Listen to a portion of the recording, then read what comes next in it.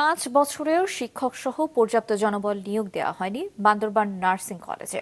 মাত্র 13 জন শিক্ষক দিয়ে চলছে 3টি প্রোগ্রামে শিক্ষা কার্যক্রম।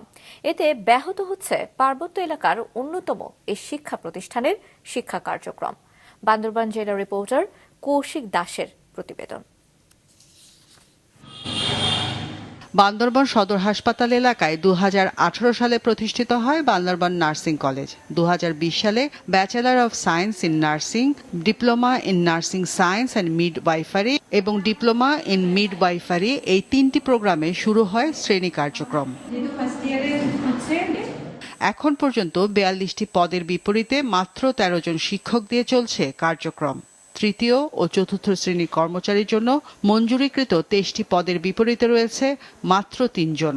শিক্ষক ও কর্মচারীর এমন সংকটে ব্যাহত হচ্ছে নার্সিং কলেজের সব ধরনের কার্যক্রম। আমাদের 13 জন টিচাররা যথেষ্ট চেষ্টা করে আমাদেরকে ভালোভাবে শেখানোর, এই জন্য আমাদের এখন পর্যন্ত মোটামুটি আমাদের রেজাল্টটা ভালো হয়। ল্যাবের ফ্যাসিলিটিটা কম, মানে ইনস্ট্রুমেন্টগুলো একদম কম। যে মাল্টিমিডিয়ার প্রজেক্টর এটা ঘাটতি আছে, ল্যাঙ্গুয়েজ ল্যাবে ঘাটতি আছে, বাকিগুলো মোটামুটি চলতেছে। এটাতে আমার অনেক বেশি ব্যাক পেতে হচ্ছে, আমরা স্ট্যান্ডার্ড মেনটেন করতে পারতেছি না, কাজ চালায় নিয়ে যাচ্ছি। আমার যে শিক্ষক সংকট এবং আমার আদার্স স্টাফের সংকট, সেটা আমি ঊর্ধ্বতন কর্মকর্তাকে জানিয়েছি। তো এগুলো যদি ফুলফিল হয় তাহলে আমার প্রতিষ্ঠানটা আমি সুন্দরভাবে পরিচালনা করতে পারবো।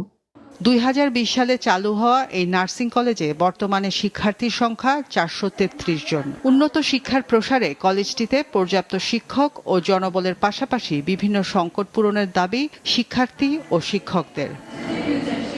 মাছরাঙা নিউজ ডেস্ক।